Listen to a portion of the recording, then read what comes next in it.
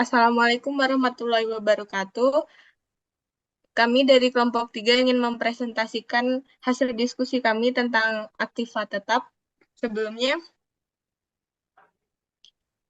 perkenalkan nama saya Anisya Mahera dengan NIM 2022106. Nama saya Betari Prameswari dengan NIM 20221024. Nama saya Aryo Digaprio dengan NIM 20221008. Nah, nama saya Anissa NIM 2022132. Nama saya Ignatius Rafael dengan NIM 20221031. Nama saya Dina Nur Sabrina dengan NIM 20221034. Kakak langsung Putumani dengan NIM 2022-1036. Nama saya Khoel Nafis dengan NIM 2022-1038.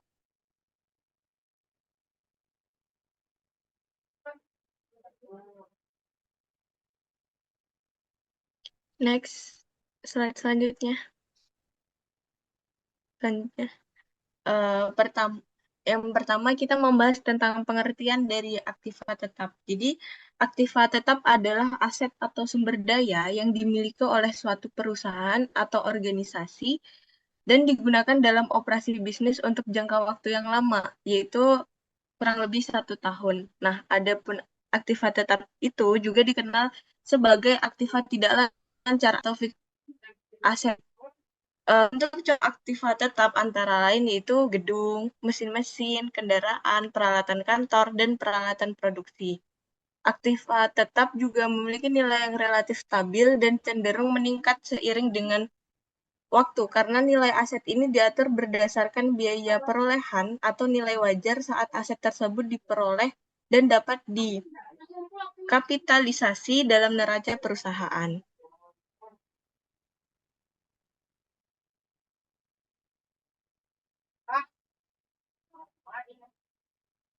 Cara memperoleh aktiva tetap yang pertama itu ada pembelian secara tunai. Pembelian secara tunai itu kita ketika kita membeli sesuatu dan itu bayarnya tunai. Yang kedua itu ada pembelian secara kredit. Pembeliannya dia nggak langsung tunai, dia berangsur-angsur atau bisa disebut kredit. Itu juga kita akan mendapatkan aktiva tetap.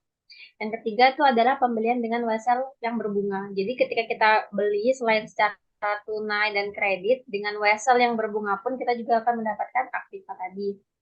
Yang keempat itu ada pembelian dalam satu paket. Pembelian dalam satu paket itu kita membeli kayak beberapa aset gitu dalam satu kali transaksi.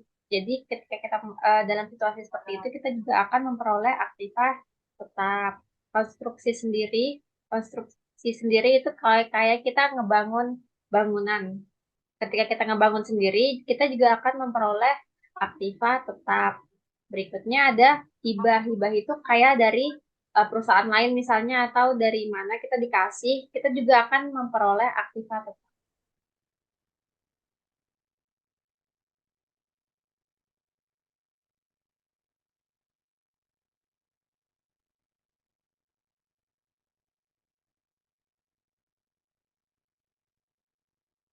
Selanjutnya ada metode beban penyusutan. Metode beban penyusutan ini terdiri dari 4 macam. Yang pertama ada metode garis lurus, yang kedua ada metode saldo menurun tunggal, yang ketiga ada saldo menurun ganda, dan yang keempat ada penyusutan satuan hasil produksi. Next. Nah, untuk penyusutan garis lurus ini, metode penyusutan aktiva tetap yang pertama adalah metode penyusutan garis lurus atau straight line method. Jika Anda menggunakan metode ini untuk menghitung penyusutan, maka Anda wajib menentukan estimasi nilai residu aktiva di akhir tahun pemakaian. Rumusnya adalah sebagai berikut. Biaya penyusutan sama dengan biaya perolehan aset dikurangi nilai residu dibagi umur ekonomis. Selanjutnya ada saldo menurun tunggal.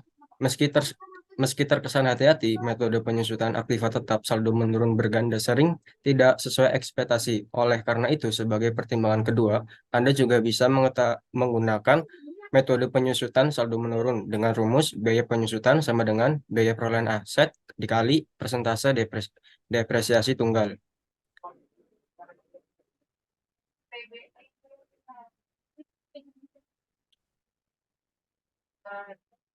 Selanjutnya, yang ketiga ada saldo menurun ganda. Metode saldo menurun memungkinkan aktiva tetap untuk disusutkan dengan tingkat yang lebih tinggi pada awal masa manfaatnya, yang mencerminkan penurunan nilai yang lebih cepat.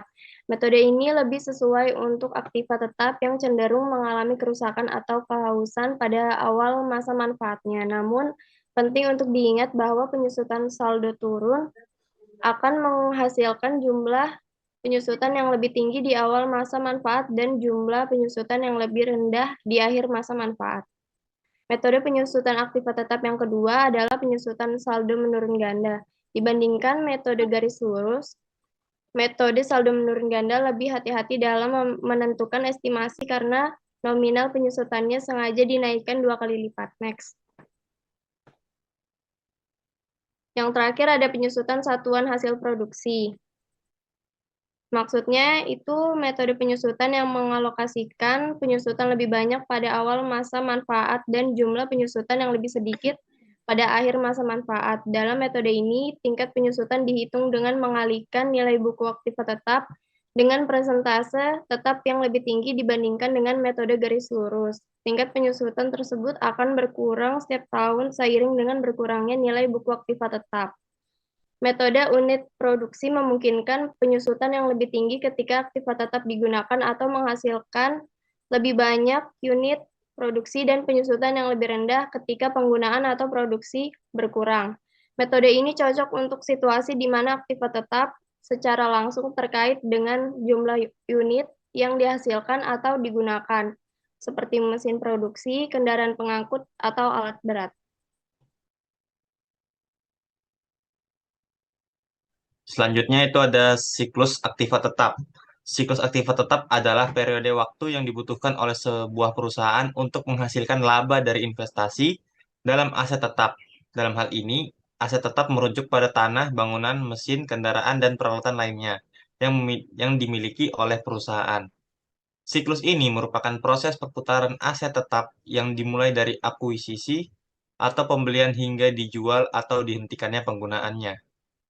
Siklus aktiva tetap juga bagian dari siklus aktiva yang terkait dengan perputaran aset tetap yang dimiliki oleh perusahaan. Aset tetap adalah aset yang digunakan oleh perusahaan dalam waktu jangka yang lama untuk menghasilkan pendapatan dan laba. Contohnya adalah tanah, bangunan, mesin, kendaraan, dan peralatan lainnya. Next.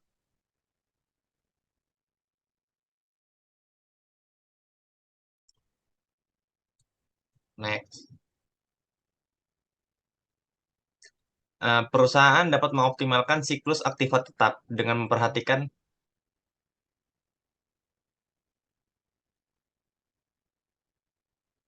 balik lagi, Pis.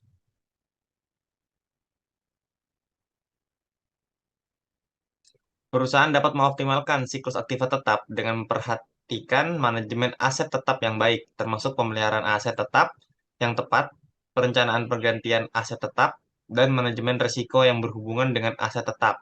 Semakin efisien perusahaan dalam mengelola siklus aktiva tetap, semakin cepat perusahaan dapat menghasilkan laba dari investasi aset tetapnya. Dalam mengelola siklus aktiva tetap, perusahaan harus memperhatikan manajemen saat aset tetap yang baik, termasuk memperkirakan masa pakai yang tepat, menjaga kondisi aset tetap yang baik, melalui perawatan dan pendidikan yang tepat, dan membuat keputusan yang tepat terkait dengan pergantian atau penghapusan aset tetap yang sudah tidak produktif.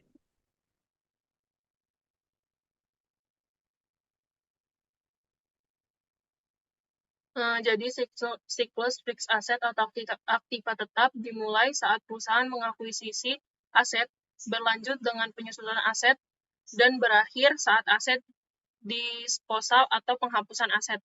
Nah, yang pertama ini ada akuisisi. Tahap akuisisi adalah pada saat sebuah aset dibeli atau didapat oleh perusahaan. Akuisisi aset terjadi melalui beberapa cara. Beberapa perusahaan membangun sendiri asetnya dan beberapa terjadi melalui pembelian aset. Menentukan nilai aset mengacu pada jumlah uang yang dikeluarkan untuk membeli atau mendapatkan sebuah aset. Yang kedua itu ada konsumsi. Konsumsi adalah proses menggunakan sebuah aset dalam perusahaan untuk kebutuhan bisnis selama periode tertentu. Selanjutnya itu ada perawatan dan perbaikan. Pada umumnya, fixed asset atau aktiva tetap memerlukan perawatan dan perbaikan dalam periode tertentu. Hal tersebut diperlukan agar aset-aset tersebut dapat tetap membantu kinerja perusahaan sebagaimana mestinya. Next.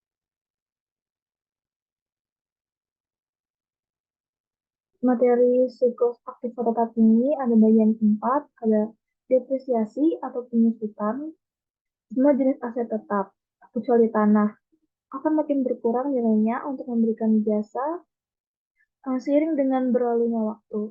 Salah satu faktor yang mengaruhi menurunnya kemampuan ini adalah karena pemakaian. Yang selanjutnya ada disposal. Saat perusahaan memutuskan tidak lagi menggunakan suatu aset tetap untuk kegiatan perusahaan, maka aset akan didisposal atau dihapus. Suatu aset tetap dapat dihentikan penggunanya dengan cara discard atau dibuang, sold atau dijual, exchange atau ditukar. Materi selanjutnya akan dijelaskan oleh rekan. For expenditure. Kemudian ada surat permintaan reparasi, authorization for repair. Kemudian ada surat permintaan transfer aktiva tetap, surat permintaan penghentian pemakaian aktiva tetap, surat perintah kerja atau work order. Kemudian ada surat order pembelian, ada laporan penerimaan barang. Kemudian ada faktur dari pemasok, bukti kas keluar. Kemudian ada daftar depresiasi aktiva tetap, bukti memorial, itu aja. Jadi ada 11 dokumen yang diperlukan untuk mengetahui isi dari aktiva tetap dari sebuah perusahaan. Itu saja mungkin yang bisa kami sampaikan. Kurang lebihnya mohon maaf. Wassalamualaikum warahmatullahi wabarakatuh.